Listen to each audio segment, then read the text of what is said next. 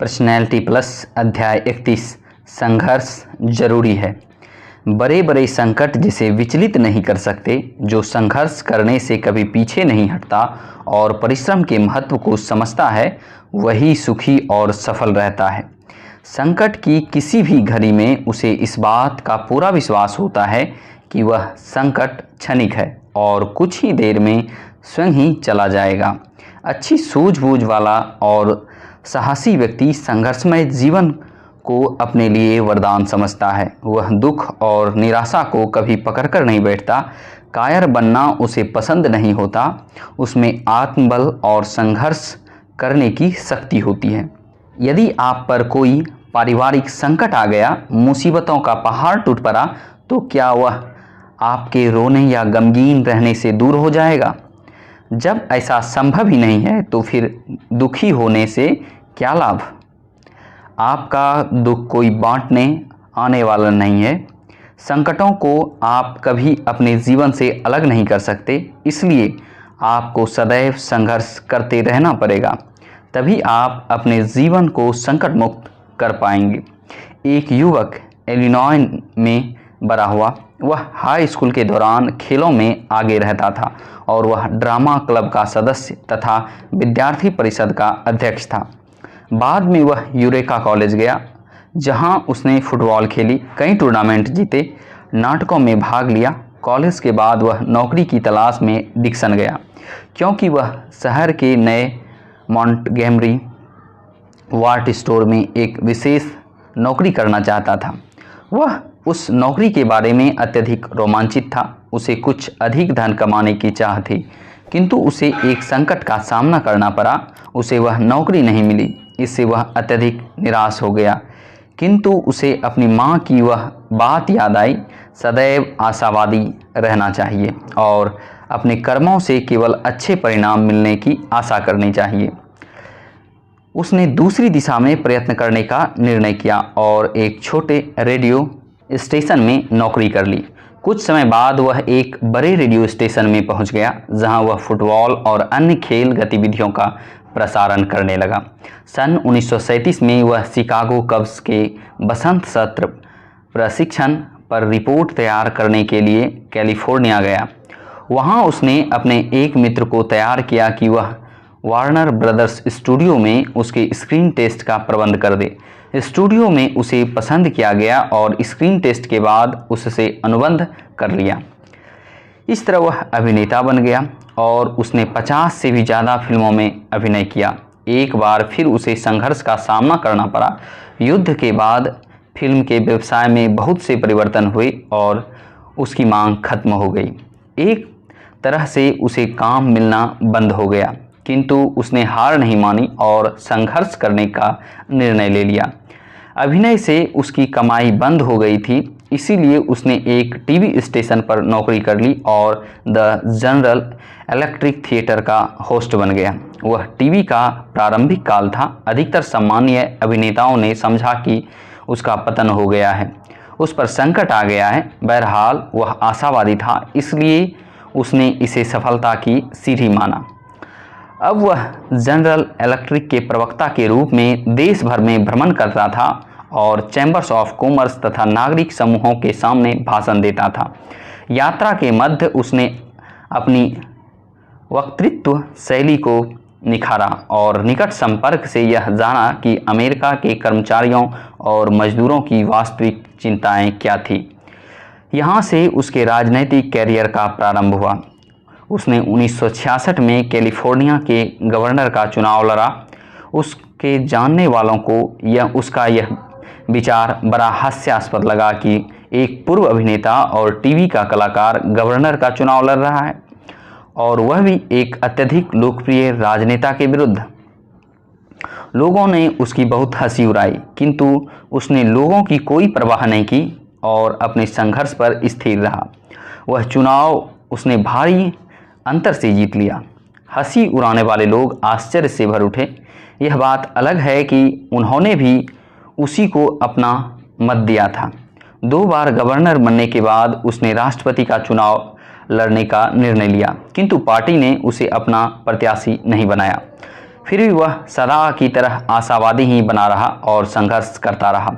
4 वर्ष पश्चात उसने दोबारा प्रयत्न किया। इस बार भी उसे सफलता नहीं मिली। इस पर भी उसने आशा का दामन नहीं छोड़ा और पुनः 4 वर्ष बाद प्रयास किया। इस बार वह सफल हुआ और उसने भारी बहुमत से राष्ट्रपति का चुनाव जीत लिया। उसके सामने बहुत से संकट आए, किंतु वह आशावादी बना रहा। उसे इस बात का एहसास था कि संकट और कुछ नहीं बल्कि सफलता की नींव है। इतिहास उसे एक ऐसे अभिनेता के रूप में याद रखेगा जो आगे चलकर अमेरिका जैसे देश का राष्ट्रपति बना, क्योंकि वह सदैव आशावादी, आत्मविश्वास से भरपूर और सकारात्मक व्यक्तित्व वाला था तथा उसे इस बात का अनुभव था कि संकट संघर्ष के लिए प्रेरित करता है और संघर्ष करने वाला सदैव विजयी होता है, सफलता प्राप्त करता है। जानते हैं, वह व्यक्ति कोई और नहीं बल्कि रोनाल्ड रीगन था।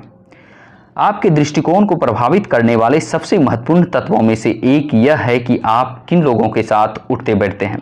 आपको दृढ़ निर्णय लेना होगा कि आप नकारात्मक और छोटी मानसिकता वाले लोगों के आसपास नहीं रहेंगे। वे आपके संभावनापूर्ण चिंतन को दूषित कर देंगे, संघर्ष करने से रोकेंगे और सफलता प्राप्त नहीं करने देंगे। सैम एक 12 साल का लड़का था जब एक कार आकर उससे टकरा गई। वह बड़ा सुंदर, वचाल और अपने स्कूल का सबसे अच्छा धावक था, जो कार की टक्कर से अचानक गतिहीन और मौन हो गया। वह कोमा में चला गया और कई महीने तक उसमें जीवन की कोई चिन्ह नजर नहीं आया। 3 महीने बाद सैम को होश आया, किंतु उसका संकट उसके सामने बाहें फैलाए खड़ा था। दुर्घटना ने उसकी बुद्धि को नष्ट कर दिया था।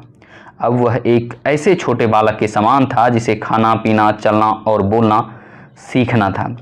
जब वह अंततः उस बिंदु पर आया जहां वह अपना जीवन आरंभ करने में समर्थ हुआ, तब वह बुरी तरह निराश था। धीरे धीरे समय बीतता गया। उसके सहपाठी आगे की कक्षाओं में पहुंच गए और बड़े तथा परिपक्व होते गए, जबकि सैम भीषण दुर्घटना के कारण पीछे रह गया। वह अपने बालकपन में लौट गया था और शरीर से सूखकर लकड़ी बन गया था। अब वह केवल हड्डियों का ढांचा दिखता था। उसकी बोलने की सामर्थ्य व शारीरिक क्रियाएं सामान्य से बहुत पीछे हो गई थी। जब उसने अपनी तुलना सहपाठियों से की तो वह बहुत कम निकली। लोगों की बातें उसकी समझ में न आती थी। उसके लिए यह बड़े संकट का समय था, किंतु सैम का एक सपना था जिसने उसे आगे बढ़ने के लिए प्रेरित किया। उसका सपना था 10,000 मीटर की दौड़ में भाग लेना।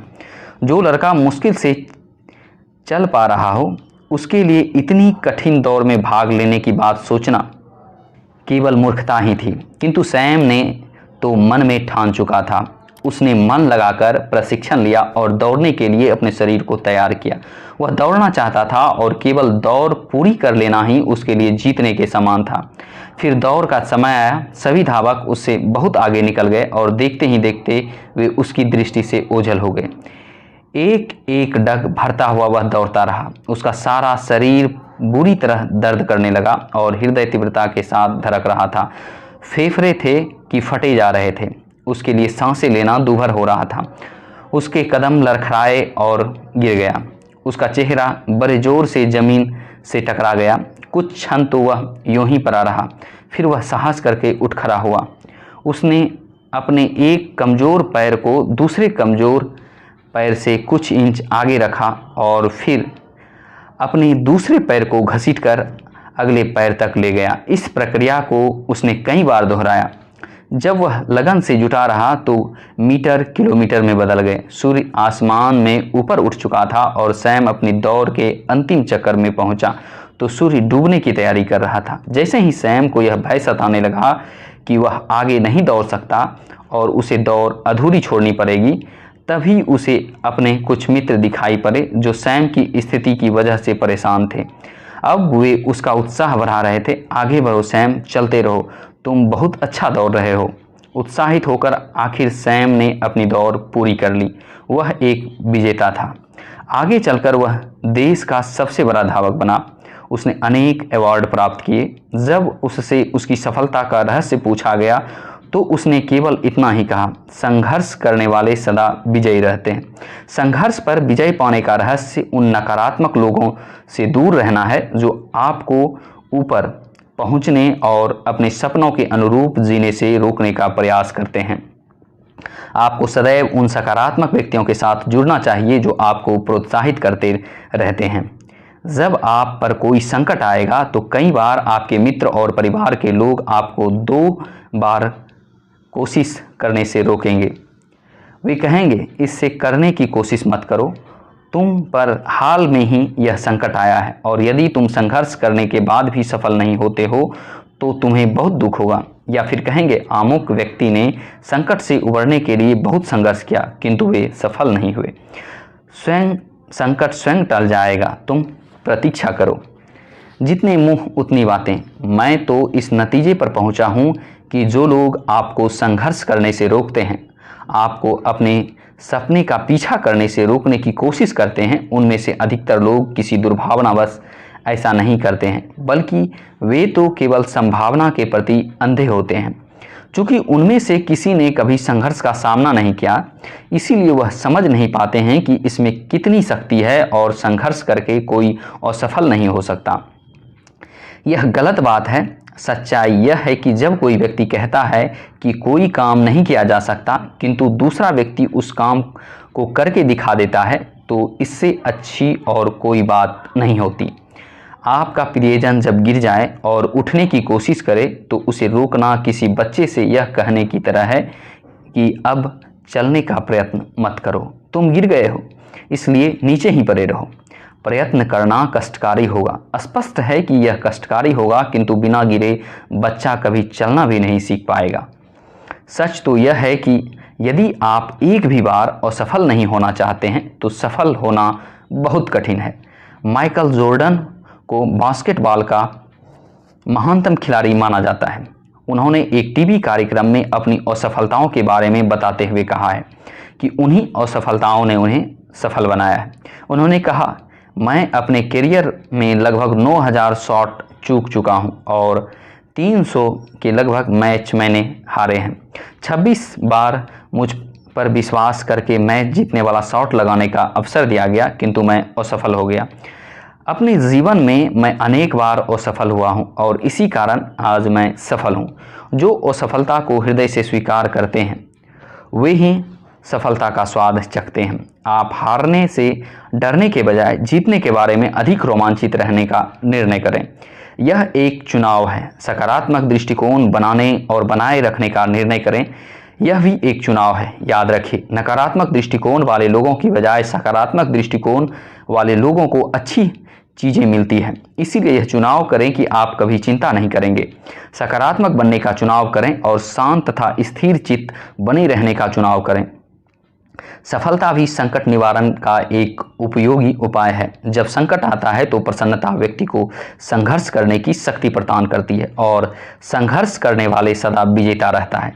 फ्रांस के वेरन जेम्स रोथचाइल्ड की गणना दुनिया भर के धनवानों में होती है। उसके साथ एक दिन फ्रांस का सुप्रसिद्ध कलाकार यूजेन डिलाक्रोइस रात्रि का भोजन कर रहा था। खाने के बीच कलाकार ने कहा, वह किसी ऐसे मॉडल की तलाश में है जिसके आधार पर वह एक भिखारी का चित्र बना सके। अच्छा है, अच्छा है, रोथचाइल्ड ने मीट का टुकड़ा मुंह में डालते हुए कहा और जुगाली सी करने लगा। कलाकार समझ नहीं पाया कि रोथचाइल्ड का क्या कहना चाह रहा है। सही बात तो यही थी कि उसका सारा ध्यान खाने पर था और वह यूजेन डिलाक्रोइस की बात पर ज़्यादा ध्यान नहीं दे रहा था। यूजेन ने ध्यानपूर्वक उसके चेहरे को देखा तो स्तब्ध रह गया। यह बात पहले उसके ध्यान में ही नहीं आई थी। उसे लगा कि यह वही चेहरा है जिसकी उसे तलाश थी। उसने साहस करके अपनी बात रोथचाइल्ड से कही। कला प्रेमी होने के नाते उसने कलाकार यूजेन के प्रस्ताव को मान लिया। अगले दिन रोथचाइल्ड जब कलाकार के स्टूडियो में गया तो उसने रोथ को बिल्कुल ऐसा वेश धारण करवाया जिसमें वह भिखारी जैसा लगे। उसके हाथ में लाठी और कटोरा भी थमा दिया गया। फिर उसे इस ढंग से बिठा दिया गया मानो वह किसी चर्च की सीढ़ियों पर आराम करने के लिए बैठा हुआ है। उसे इस दिशा में बिठाकर कलाकार यूजेन किसी कार्य से कुछ समय के लिए स्टूडियो से बाहर चला गया। संयोगवश इसी समय यूजेन का एक शिष्य उधर आ गया। उसने रोथचाइल्ड को इस तरह बैठे देखकर उसे वास्तव में ही कोई भिखारी समझा और उसके कटोरे में एक सिक्का डाल दिया। दुनिया के नामी गिरामी दौलतमंद रोथचाइल्ड ने उसका धन्यवाद किया और सिक्का कटोरे से निकालकर जेब में डाल दिया। शिष्य वहां से चला गया। थोड़ी देर बाद जब यूजेन लौट कर आया तो रोथचाइल्ड ने उससे उसके शिष्य के बारे में पूछा जो उसके कटोरे में सिक्के डाल गया था। कलाकार यूजेन ने उसे बताया कि वह बड़ा अच्छा लड़का है, तीव्र बुद्धि का है, लेकिन बहुत गरीब है। रोथचाइल्ड ने उसे यह भी नहीं बताया कि उसके बारे में वह यह सब क्यों पूछ रहा है। 4 घंटे में जब कलाकार का कार्य समाप्त हो गया तो रोथचाइल्ड ने अपने कार्यालय में आकर उस दानदाता शिष्य को अपने हाथ से एक पत्र लिखा। दान का प्रतिफल अवश्य मिलता है। तुमने कलाकार यूजेन के स्टूडियो में भिखारी को जो दान दिया था उसके प्रतिफल के रूप में तुम धनवान रोथचाइल्ड के कार्यालय में आकर 20,000 फ्रैंक ले जाओ। इससे यह सिद्ध होता है कि मनुष्य कितना ही व्यस्त हो, कितना ही संकट से घिरा हो और कितना ही संघर्ष कर रहा हो, यदि वह प्रसन्नचित्त रहता है, अपने कर्तव्य का ध्यान रखता है, उसको इसका प्रतिफल अवश्य मिलता है। वह शिष्य भले ही कितना भी परेशान या व्यस्त था, फिर भी उसने भिखारी के प्रति अपना फर्ज समझा और सामर्थ्य के अनुसार उसे दान दिया। दूसरों के लिए अपने मन में दया भाव, प्रेम और करुणा थी, जिसका प्रतिफल 20,000 फ्रैंक के रूप में उसे मिला। विल्हम हैम्बोल्ट ने ऐसे ही एक अवसर के लिए कहा था, यह विशेष ध्यान देने की बात है कि जब हम संकट के निवारण के लिए अथवा व्यवसाय आदि में सफलता के लिए संघर्ष करते हैं तो हमेशा कामयाब होते हैं और इससे प्रसन्नता मिलती है। संसार में सबसे अधिक आयु का हैवीवेट चैंपियन जॉर्ज फोरमैन है।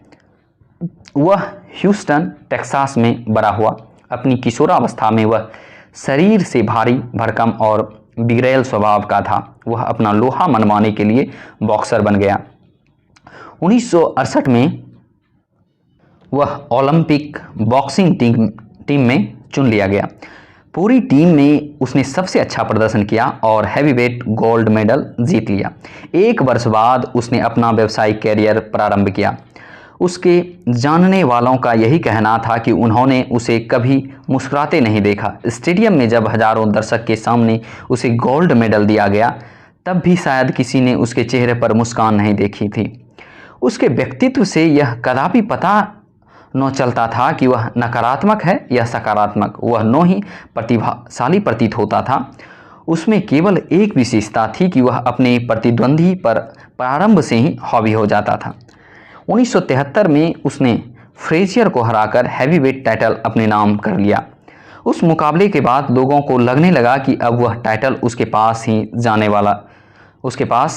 से जाने वाला नहीं है, किंतु 1974 में वह कैसियस क्ले मोहम्मद अली से हार गया और यह उसके जीवन की पहली हार थी। इस पराजय से वह हिलकर रह गया, मगर संकटों का दौर शुरू हो चुका था। इसके बाद वह जिमी यंग नामक एक मामूली मुक्केबाज से हार गया। इस हार के बाद तो वह जैसे पागल ही हो गया। वह पागलों जैसी अजीब हरकतें करने लगा। उसके प्रशिक्षक को भी यह लगने लगा कि जॉर्ज ने अपना मानसिक संतुलन खो दिया है, किंतु जॉर्ज ने उसकी बात को निराधार बताते हुए कहा कि उसे एक धार्मिक अनुभव हुआ है। उसी रात उसने निर्णय कर लिया कि अब वह रिंग में नहीं उतरेगा और लोगों को धर्म का उपदेश देगा। प्रायः सभी ने एक मत से यह स्वीकार कर लिया कि उसके मुक्केबाजी का दौर खत्म हो गया है और अब वह खेल इतिहास का एक हिस्सा बन चुका है। लेकिन उसके मन में क्या चल रहा है यह किसी को मालूम नहीं था। वह तो समय आने पर इतिहास को पुनः दोहराना चाहता था। उसने ह्यूस्टन में एक चर्च और एक युवा केंद्र की स्थापना की। धीरे धीरे उसकी दौलत खत्म होने लगी और तब एक दिन उसे अनुभव हुआ कि युवा केंद्र को चलाने के लिए उसे दौलत की ज़रूरत है। तब दौलत हासिल करने के लिए उसने रिंग में उतरने की ठान ली। इस समय तक वह एक नया इंसान बन चुका था। लोगों को वह एकदम बदला हुआ नजर आया। दरअसल बॉक्सिंग से रिटायर होने के समय वह एक छोटी मानसिकता वाला, बात बात पर झुंझुनाने वाला और नितांत चुप रहने वाला व्यक्ति बन चुका था, किंतु भिड़ने की चाहत उसकी समाप्त नहीं हुई थी। जब वह रिंग में लौटा तो उसकी काया पलट हो चुकी थी। उसकी आंखें कुछ खोजती सी प्रतीत होती थी। रिंग में जब लोगों ने उसके होठों पर मुस्कुराहट देखी तो दंग रह गए। वे सोचने लगे कि क्या यह पहले वाला जॉर्ज फोरमैन है। इस समय उसका उत्साह देखते ही बनता था। उसकी मिलनसारिता ने सबको वशीभूत कर दिया था। उसका मुकाबला मार्च 1987 में हुआ, जिसमें उसने मुकम्मल जीत हासिल की। फिर उसने पीछे पलट कर नहीं देखा और एक के बाद एक जीत दर्ज करता चला गया। इस जीत से मीडिया वाले उसे हाथों हाथ ले रहे थे। वह शीघ्र ही देश का सबसे लोकप्रिय मुक्केबाज बन गया। पत्रिकाएं और समाचार पत्र उसकी सफलता के गीत गाने लगे। उसकी बड़ी बड़ी तस्वीरें छपने लगी। विज्ञापनों में उसे दौलत और शोहरत दोनों मिलने लगी। उसने जो संघर्ष किया उससे उसे बेहद कामयाबी मिली, किंतु संकट ने उसे एक बार फिर दबोच लिया और 1991 में वह एक बेहद मुश्किल मुकाबले में हार गया। उसको हराने वाला जॉर्ज हेवेंडर हॉलीफील्ड था। एक बार दबी दबी जुबान से लोग फिर से यही कहने लगे, क्या फोरमैन की कहानी खत्म हो चुकी है? लोगों की सोच को तो कोई बदल नहीं सकता। वैसे भी सब चढ़ते सूर्य को नमस्कार करते हैं। जॉर्ज फोरमैन 40 वर्ष की आयु से भी अधिक के हो चुके थे और उसके शरीर का वजन भी काफ़ी बढ़ गया था। उसके प्रशिक्षकों ने उसे मशवरा दिया कि अब उसे संन्यास ले लेना चाहिए। अधिक आयु हो जाने के कारण मुक्केबाजी करना अब उसकी सामर्थ्य से बाहर हो चुकी है, किंतु फोरमैन ने उन सब की बातों को अनसुना कर दिया। उसके दिमाग में तो कोई और कीड़ा बुलबुला रहा था और वह एक बार फिर संकट से उबरने और संघर्ष के लिए स्वयं को तैयार कर चुका था। वैसे भी वह हारने वालों में से नहीं था। संभवतः यही कारण था कि नवंबर 1994 में उसने केवल दर्शकों को ही नहीं बल्कि सारी दुनिया को हिलाकर रख दिया।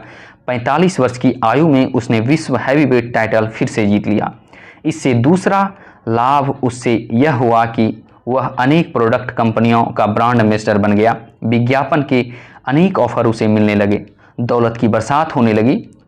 उसने अपने संकट को संघर्ष करके सफलता में बदल दिया। यही उसके संघर्ष और सफलता की कहानी थी। अब आप भी संघर्षों से मुंह मत मोड़िए और संसार को कुछ करके दिखाइए। धन्यवाद।